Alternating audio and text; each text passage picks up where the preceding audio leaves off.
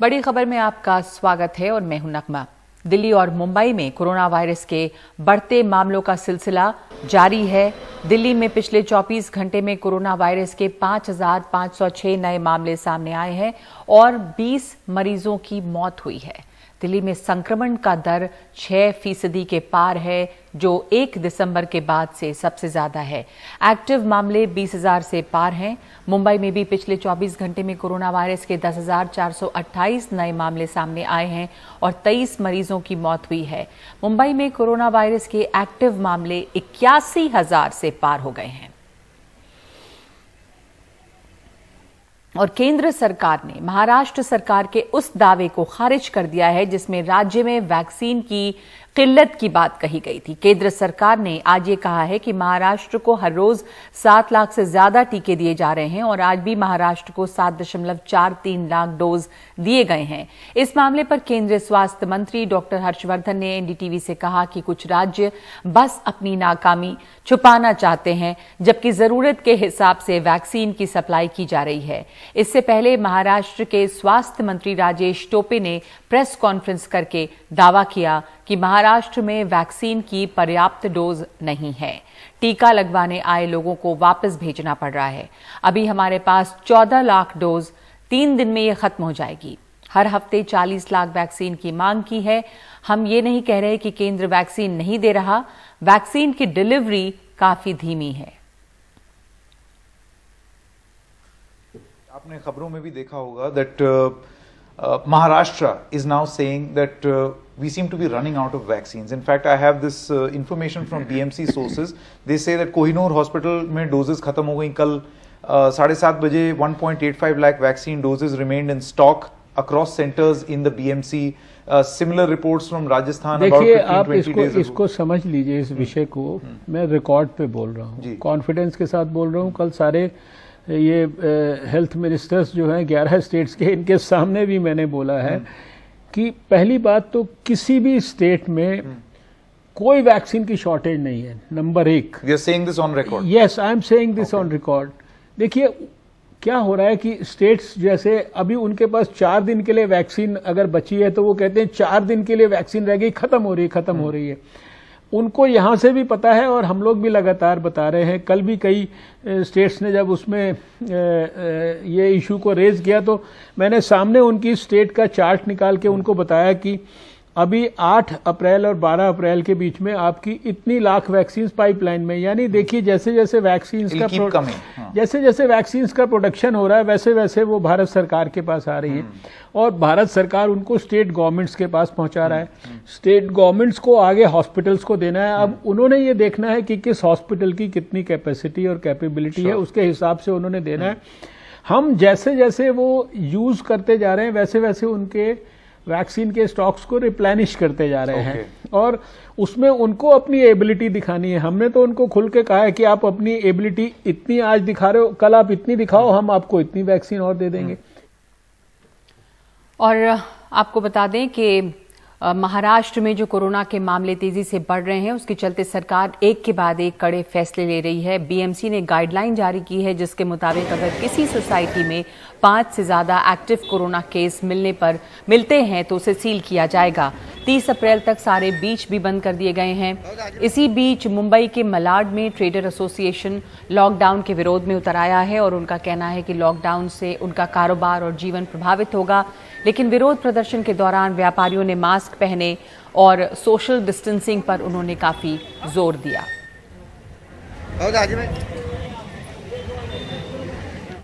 देश में पिछले 24 घंटे में कोरोना वायरस के रिकॉर्ड 1,15,000 से ज्यादा नए मामले सामने आए। ये एक दिन में सामने आने वाला सबसे ज्यादा मामले हैं।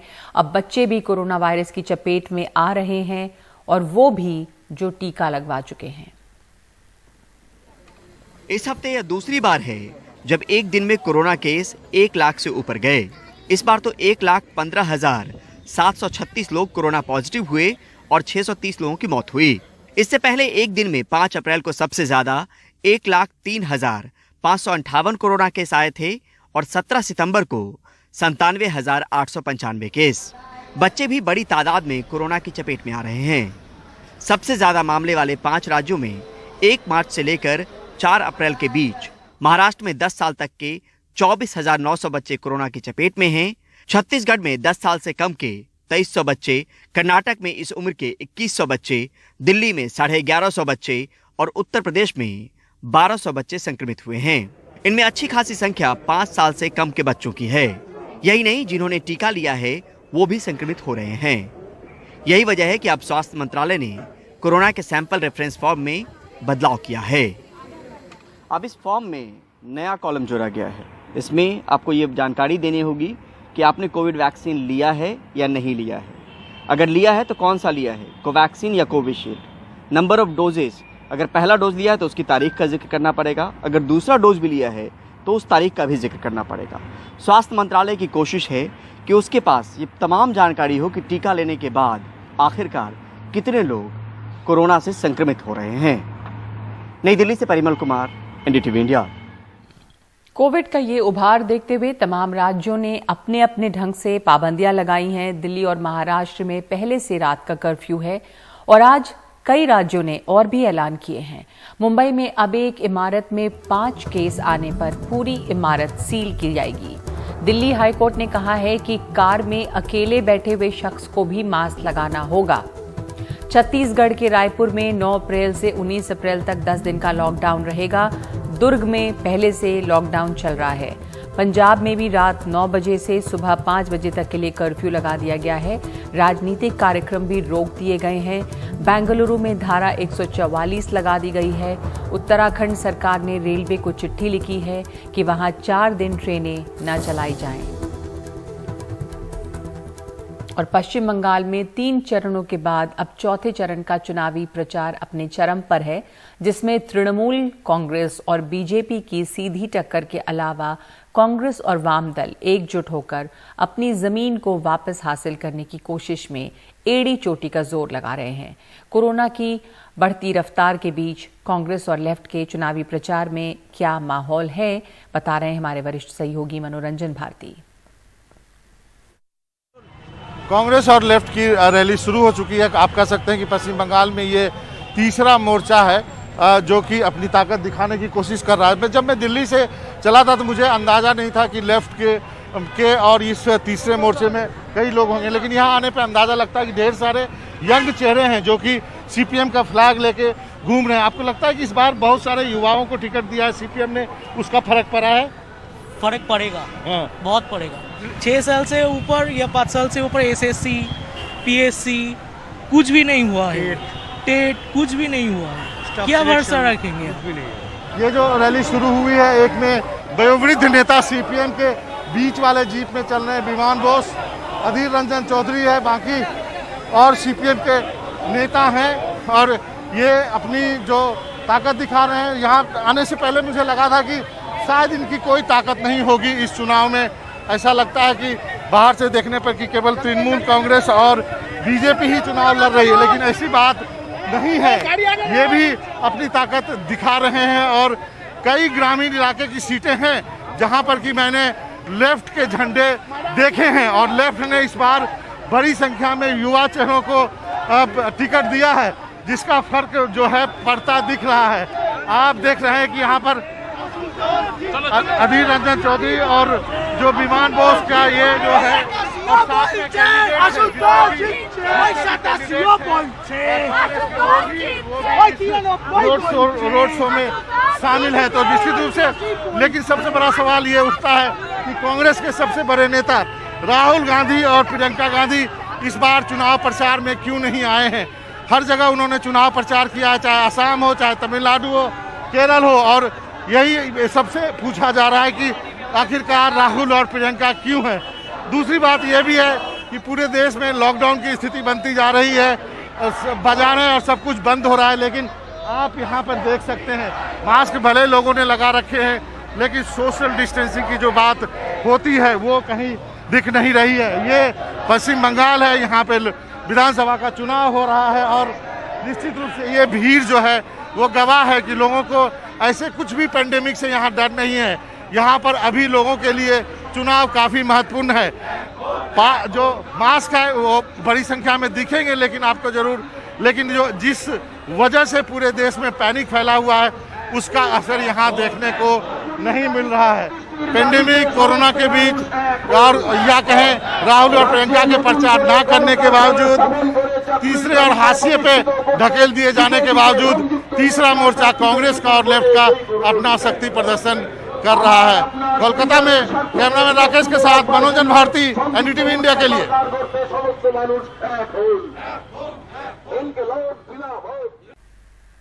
एंटिला विस्फोटक मामले में गिरफ्तार सचिन वजे से जुड़े खुलासे लगातार जारी हैं। मुंबई पुलिस ने गृह विभाग की जो रिपोर्ट दी है उसमें खुलासा हुआ है कि सचिन वजे की क्राइम ब्रांच में नियुक्ति तब कमिश्नर रहे परमबीर सिंह ने कराई थी। साथ ही वजे सीधे उन्हें ही रिपोर्ट करता था। यही नहीं, अब सचिन वजे ने एक और मंत्री पर 50 करोड़ मांगने का आरोप लगाया है। बुधवार को पूर्व मुंबई पुलिस आयुक्त परमबीर सिंह जब एनआईए दफ्तर की सीढ़ियां चढ़ रहे थे, उसी समय मुंबई पुलिस की गृह विभाग को दी गई एक रिपोर्ट सामने आई। रिपोर्ट के मुताबिक सचिन वजे को 8 जून 2020 को मुंबई पुलिस के एलए यानी आर्म्ड फोर्स में नियुक्त किया गया, लेकिन उसी दिन पुलिस एस्टेब्लिशमेंट की मीटिंग कर वजे को क्रिमिनल इंटेलिजेंस यूनिट में भेजने का फैसला लिया गया। रिपोर्ट में यह भी दावा किया गया है कि तत्कालीन ज्वाइंट सीपी क्राइम ने तब वजे की नियुक्ति का विरोध किया था, लेकिन पुलिस आयुक्त के दबाव में उन्हें आदेश पर दस्तखत करने पड़े। पत्र में आगे लिखा गया है कि वजे क्राइम ब्रांच में अपने बड़े अफसरों को रिपोर्ट न कर सीधे मुंबई पुलिस आयुक्त को रिपोर्ट करता था और उन्हीं से सारी ब्रीफिंग लेता था कि किसे गिरफ्तार करना है, किसे गवाह बनाना है और कहां छापा मारना है। बुधवार को ही एसीपी संजय पाटिल और डीसीपी राजू भुजबल के ज्वाइंट सीपी मिलिंद भारंबे को दिए बयान भी सार्वजनिक हुए, जिसमें दोनों ने गृह मंत्री अनिल देशमुख की तरफ से बार और पब से वसूली के आदेश की बात से इनकार किया है। गौरतलब है कि परमबीर सिंह ने मुख्यमंत्री को लिखे पत्र में एसीपी संजय पाटिल से अपनी मोबाइल चैट को सबूत के तौर पर जोड़ा था।